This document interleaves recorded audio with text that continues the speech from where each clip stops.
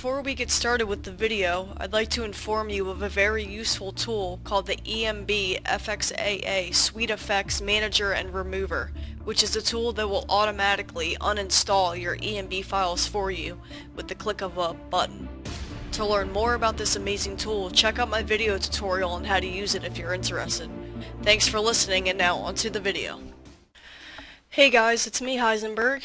And in this video I'm going to be showing you how to download and install the Grim and Somber ENB presets. And right off the bat, there really are no required mods. If you scroll down to the bottom of the page here, he says right under required mods that there aren't any required mods, and under the incompatible mod section, the author states that to avoid using mods that change interior fog, unless you're choosing the Hersine preset of the ENB, so mods like revamped exterior fog he doesn't recommend using, but you can still use it if you wish.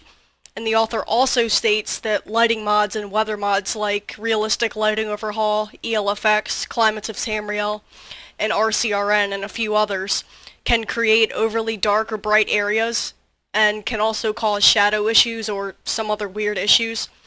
So if you're deciding to use any of the listed mods above, the author says not to use the interior options with Climates of Tamriel and not to use the enhancer option with ELFX, and that you should be fine as long as you don't use those options. But if you want some more detailed information, the author has like a really good troubleshooting section, and it's a really detailed page, so if you want some detailed information you can check under these sections. But getting on to the actual installation part, there'll be a link in the description that you can click on, and right off the bat there's I believe there's 5 different presets, and they're all either updated versions for the most recent ENB binary, or they're older versions that haven't been updated, which the author did on purpose, but nonetheless you can read about them to see which one is the best for you. There's videos right here that you can see. But under installation, if you go down to step 4, which is to download the ENB binary off of ENB Dev, the blue link right here, we're gonna right click it and open link in new tab, and it'll take us to the enbdev.com page. And right over here on the left hand side, go ahead and click download, and then scroll down a little bit and click TES Skyrim. And I guess within the last couple days, the 269 binary was updated to version 272. So we're going to go ahead and click version 272 and scroll all the way down to the bottom of the page and click the download arrow. And as usual, like I always say in my videos, you're going to need an archive manager in order to install an ENB correctly. So you could either choose WinRAR or 7-zip. There'll be links down in the description for the people that don't have one yet.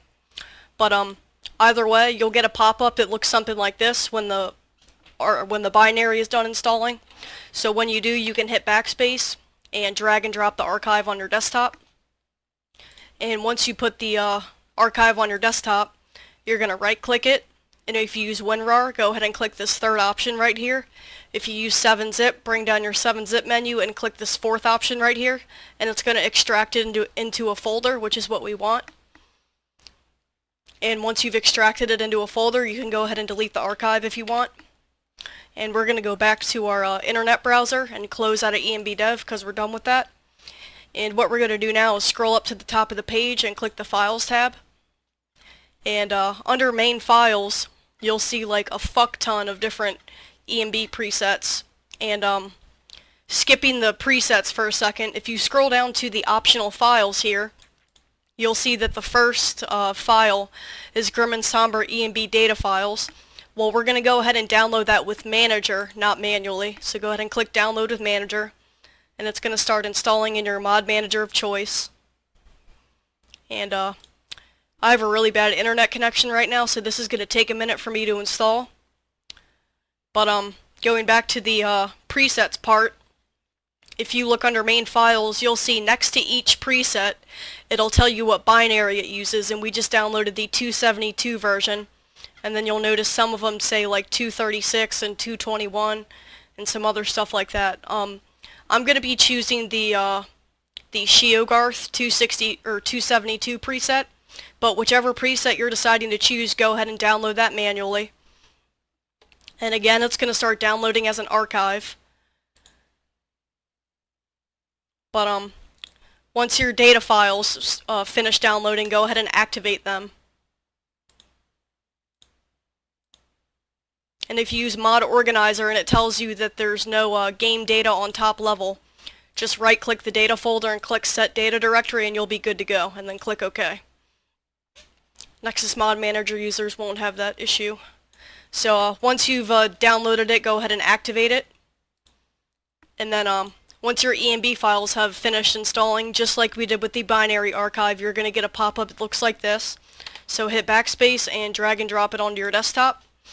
And we're going to extract it into a folder as well, so right-click it. If you use WinRAR, click the third option. 7-zip users, click the fourth option, and you'll be good to go. And once it's done extracting, delete the archive if you want. And what I'm going to do now is I'm going to show you how to locate your Skyrim folder. And if you use Nexus Mod Manager, an easy way to do that is you can bring up Nexus Mod Manager, and in your little toolbar up here you'll see an orange folder. Go ahead and click that and you'll get a drop-down menu. Click Open Game Folder and it'll take you right to your Skyrim folder. You'll know you're in the correct place if you see Skyrim Launcher and TESV. If you use Mod Organizer, there's not really a button that I'm aware of that'll take you right to it, but if you look down here in this little information bar, it'll tell you what letter drive it's on, and then Programs, Steam, Steam Apps, Common, Skyrim. So it's going to be wherever you installed Steam, but if you're really having that hard of a time finding it, just go to your start menu down here and type in Skyrim, and it should come right up. Or you can type in Launcher, whatever. It'll eventually come up.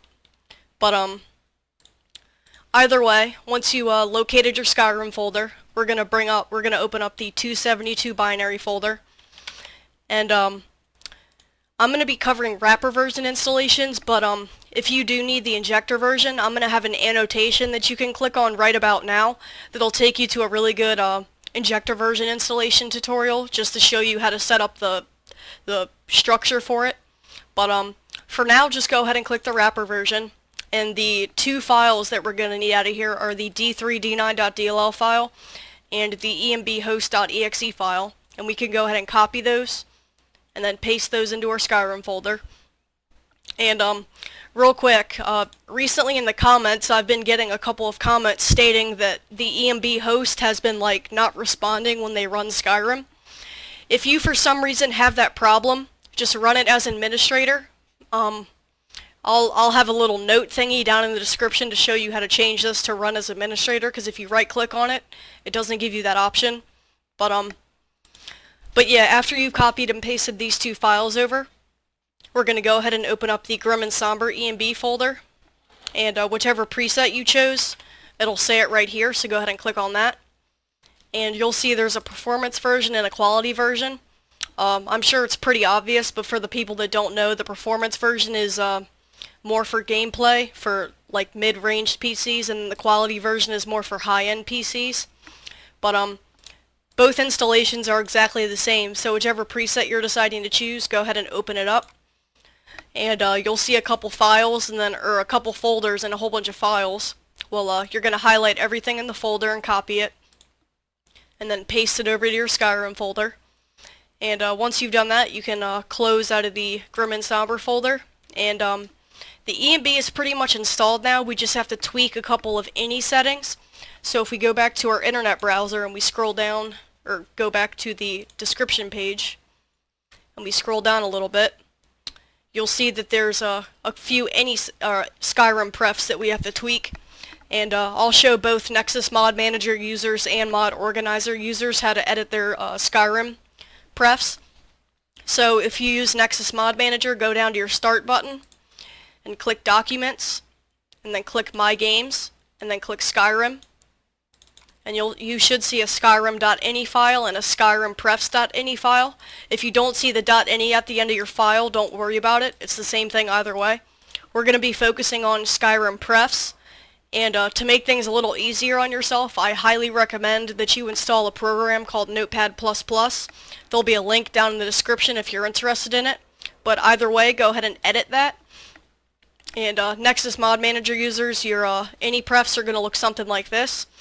If you use Mod Organizer, go ahead and bring up Mod Organizer and click this 4 puzzle piece button right here and you'll get a drop-down menu. Go ahead and click any editor and you'll see 2 tabs, a Skyrim and a Skyrim Prefs. Click the Skyrim Prefs and you're in the right place. I'll show you guys like a pretty easy way to tweak your INI settings. If you go back to your internet browser where it says bfloat point render target, you're just going to double click on the word and it'll highlight it for you automatically. You're going to click Control C to copy it, and Nexus Mod Manager users, go down to your Notepad, Control F to bring up a find menu, and then Control V to paste it, and then either click Find Next or click Enter, and it'll find the setting automatically for you. And obviously if it's at 0, change it to 1. And if you use Mod Organizer, before doing the Control F command, you're going to want to click inside of the box, and as you can see, once I did that, it highlighted it in blue around the box. So make sure you're clicking in the prefs first and then do Control F and it'll bring up the find menu. And then Control V and then click Find Next. And as you can see, it found the setting automatically for me. So you don't have to scroll through a fuck ton of settings.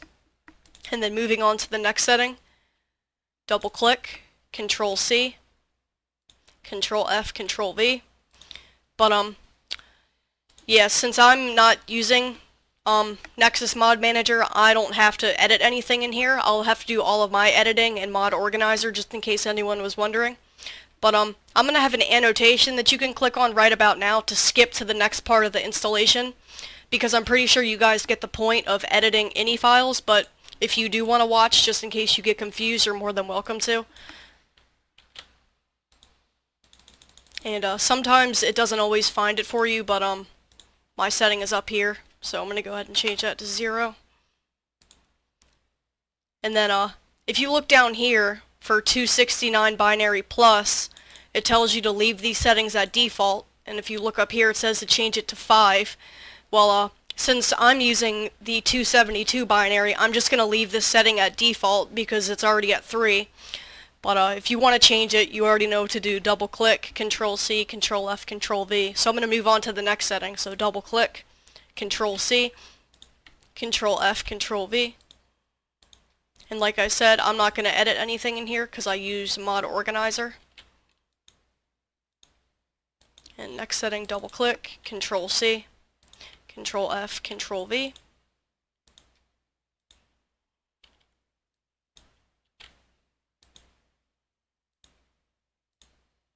And last setting, Control C, Control F, and Control V. And if a setting isn't there, like if it says can't find, just go ahead and add it manually like so. And have it equal 1. But like I said, I've said it about 5 times, since I'm not using Nexus Mod Manager, I would have to add it in here. But it's already going to be in here, I'm pretty sure. So yeah.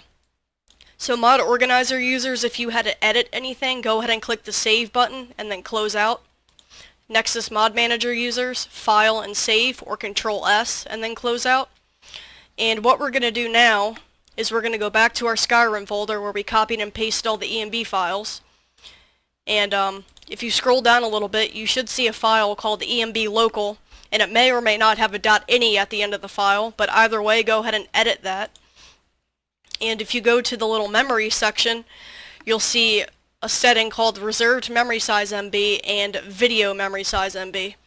Now the author on the page has a very detailed, on step 3, he has a very detailed little page of about this setting, because a lot of people get confused for the ENBLOCAL part. But I also have a little diagram in the description that you can follow for it if you get confused on either one of these settings. But I say this in every single one of my videos. I don't really know the technical term for reserved memory size MB, but it has something to do with reserving memory, like reserving RAM for like texture allocations or something like that. And 128 is the lowest number that you can choose, and then 1024 is the max setting that you can use. And this setting is increased in intervals of 128, so it would go 128, 256, and so on and so forth. I've learned that 512 is a good baseline to start at if you have 3 gigabytes of VRAM or more, not regular RAM, VRAM. Sometimes people get them mixed up. And if you have less than 3 gigabytes of VRAM, 256 is a pretty good baseline to start at. But if you experience stuttering or anything, this number can be either increased or decreased in intervals of 128. And then video memory size MB is how much VRAM that you actually have in megabytes. And again, there'll be a diagram in the description that you can follow for 1 through 4 gigabytes of VRAM. It'll have the correct configuration. And I have 3 gigabytes of VRAM, so 3072 is the correct number. And if you really need a super detailed page about it, there'll be a link in the description for this page. It was made by the author, and it has a lot of really good information in here, so you're more than welcome to check it out. But it's really not that hard, so if you have any questions about it, feel free to ask me. But once you've edited these two settings, go up to File and Save, and then you can close out. And what we're going to do now is we're going to go back to our Skyrim folder again, where we copied all the ENB files to. And we're going to be opening up the Skyrim launcher, so go ahead and open that up. And this might take a second because I haven't opened up Steam yet today. Alright guys, sorry about that. My launcher literally took like 10 minutes to pop up, but with the magic of video editing, you won't be seeing any of that. But once your Skyrim launcher comes up, go ahead and click Options. And make sure you turn your anti-aliasing off, so if it's not off, set it to off. And make sure your anisotropic filtering is set to off as well. And then down here in the Detail tab, go ahead and click Advanced. And make sure the FXAA is unchecked marked. And once it is, go ahead and click Close. And then click OK. And then click Exit. And what we can do now is we can run loot or run boss, whatever you use. And for the people that are new to modding, there'll be a link down in the description for loot and SKSE, because you need both of those in order for an ENB to work correctly. But real quick, or after you run loot, I don't believe this ENB comes with any plugins. Okay, no, I don't see any plugins. Actually, it does, but loot already messed them up, so that was kind of stupid of me. But yeah, guys, once you've ran loot or ran boss, we can go ahead and load our game up now. So I'll see you guys in just a second. Alright guys, so once you loaded up your game, you should get this pop-up message in your top left-hand corner. If you don't get that message, you did something wrong, so make sure you go back and make sure that you've done everything correctly. And then you'll get a yellow message telling you if you press Shift and Enter, it'll bring up a GUI menu by default, but for some reason that's not working for me, because the author sometimes changes it. Let me try and figure this out here. Alright, well, it's not working, but usually you can check it in the ENB local. It'll tell you the shortcut keys to bring this up, but sometimes the authors change it. But and then another trick is if you press the star key on your number pad, it'll bring up a little FPS counter in your top left-hand corner for the people that don't have like fraps or something. So that's pretty cool. So now I'm going to go ahead and load up my game, and if I were you, I would preferably load up my game somewhere indoors. So yeah guys, I'll see you in just a second.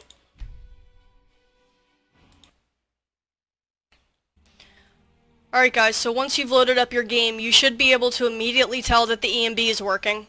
I'm only getting like 19 frames per second right now. Hold on, let me turn God mode on, because I'm over encumbered. But real quick, if you wanted to compare the ENB to vanilla Skyrim, you press Shift and F12, and it'll turn the ENB off.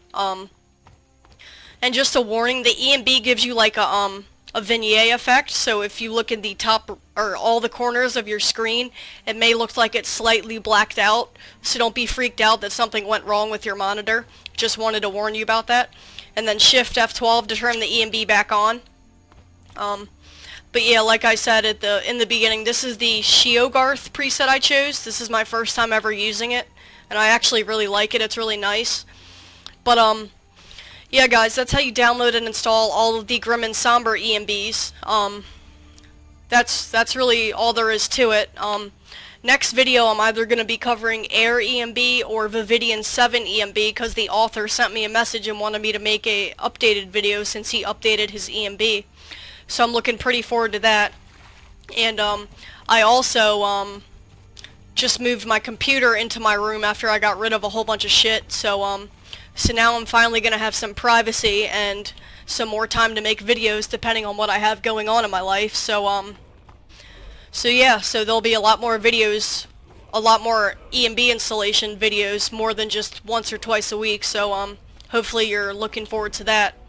But yeah, guys, hopefully this was easy to follow along with. I try really hard to make this easy to follow along with as possible.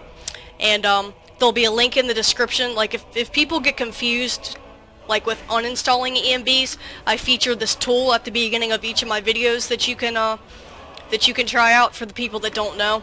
So yeah, guys, that's really all I have to say. I'm gonna go ahead and end this video here, and I'll see you guys in the next one.